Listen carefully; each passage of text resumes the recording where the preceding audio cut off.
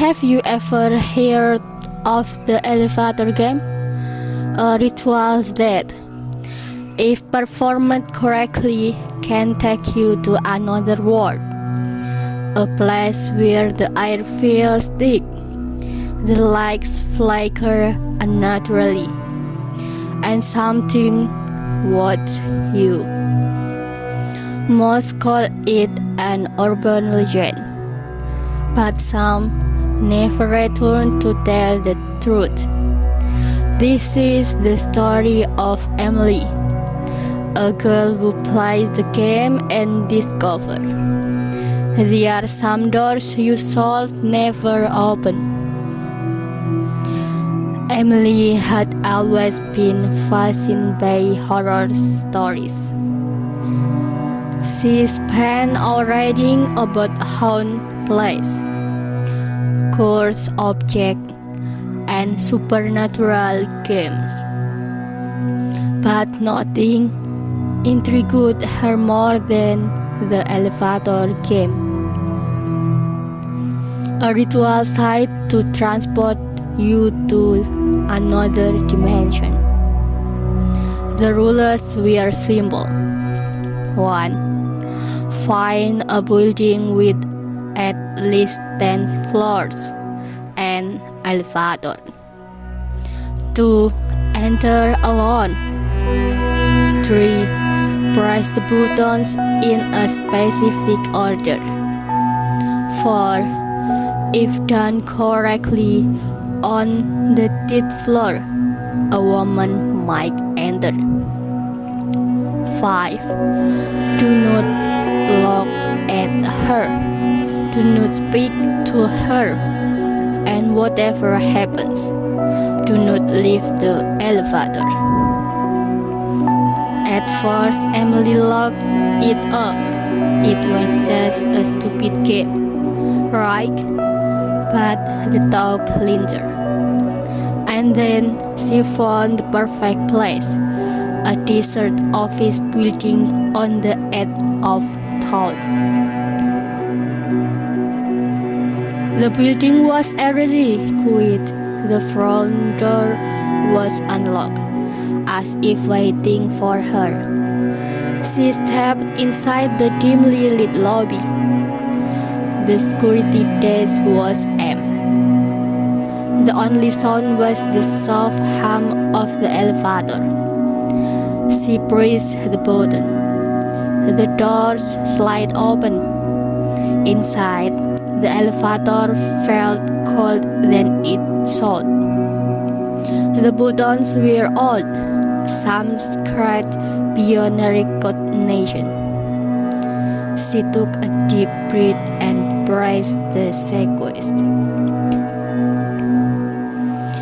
As she reached the 5th floor, the doors opened, and that's when things start to go wrong. The doors slide open.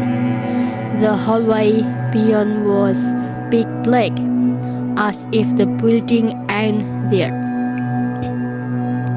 She felt it before she saw it, a prison, a shifting in the air, thick like static. Something stepped inside. She didn't look. She called. Her fingers trembled as they pressed the next button. The elevator continued moving, but the presence remained. And then, Emily! A voice, her name, soft-spoken softly, wrongly. Her breath hit. She clenched her fist, forcing herself to stay still. The rules were clear. Do not look at her. Do not speak. The elevator didn't. 10th floor. The doors opened. Emily had done it. The hallway outside looked familiar yet different. The lights flashed, casting shadows that moved too slowly. The walls seemed straight, distorted like a reflection in rippling water. The air smelled strange, like metal and something rotten. She felt dizzy, like the dead. The rules said she could explore, but if she lost consciousness, she would be trapped there forever. She took one hesitant step forward. The floor felt wrong, like she was walking on something bright. Then footsteps behind her, slow, deliberate. She turned, and the woman was there. Closer now, her head tilted unnaturally, her mouth covered into a wide, inhuman grin. Emily stumbled back, her pulse hammering. No, she wasn't supposed to follow. The woman took another step. Emily ran. She didn't know where the sea was going, but every hallway led back to the same place, the elevator. Desperate, she longed off the button. The doors opened just in time.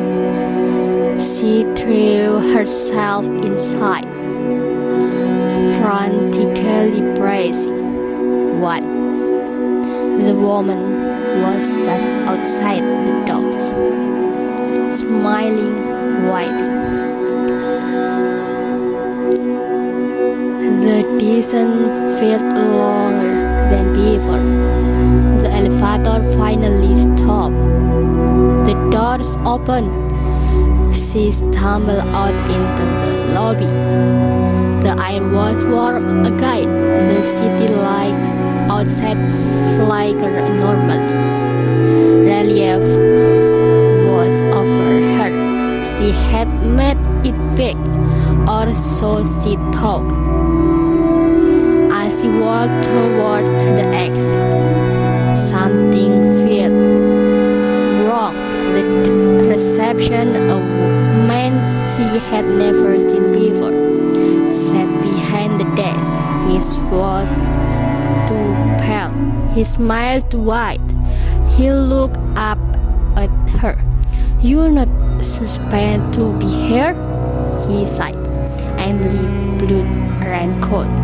She turned instinctively to the elevator doors, and in the reflection she saw the woman standing